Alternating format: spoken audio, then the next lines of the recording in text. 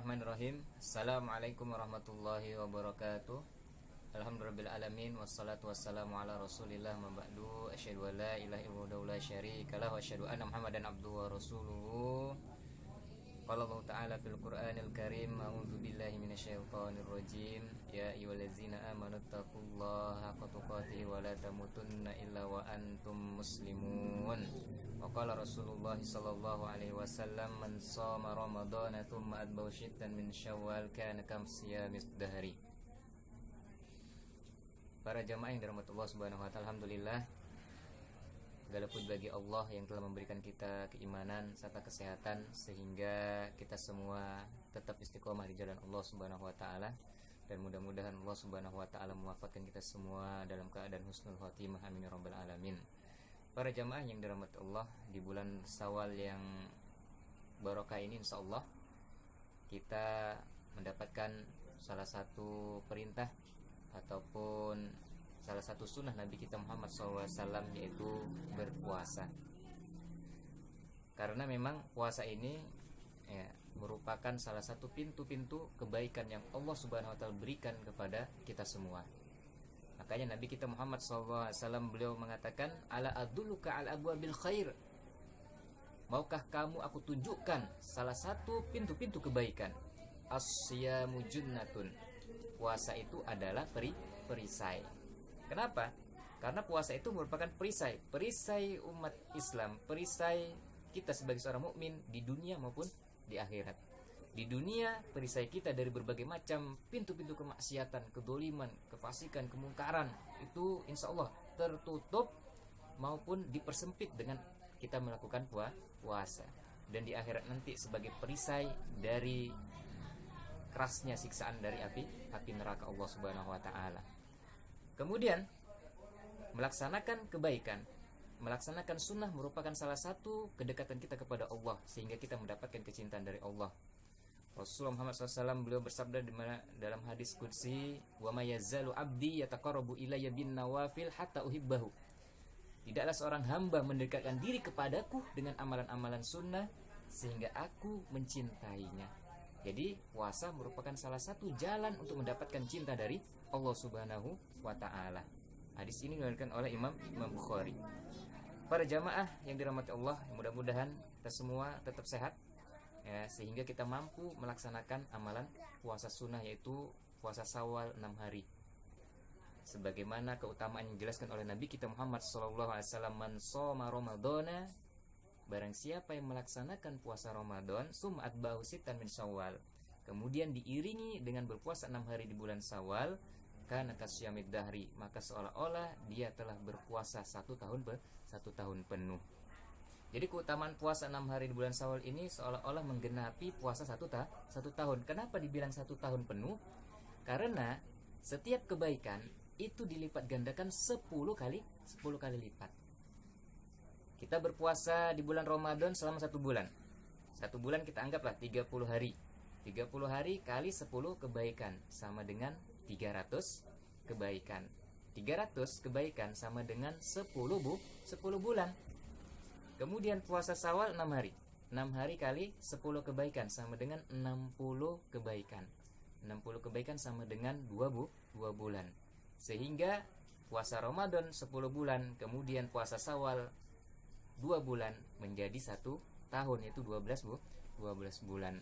Makanya di dalam hadis yang lain yang diriwayatkan oleh Imam Ibnu Majah, man shoma sittata ayyam ba'dal fitri, barang siapa yang berpuasa 6 hari di bulan Syawal setelah Idul Fitri, kana tamamas sanah, maka dia seperti berpuasa menggenapkan 1 tahun penuh. Man ja'a bil hasanati falahu asyru amsalihah, barang siapa yang mengerjakan 1 kebaikan maka akan dibalas oleh Allah Subhanahu wa taala 10 kali kebaikan. 10 kali kebaikan ini adalah balasan yang minimal. Apalagi kalau di bulan Ramadan itu pahalanya berlipat-lipat ganda. Maka 1 kebaikan minimal dibalas oleh Allah 10 kebaikan.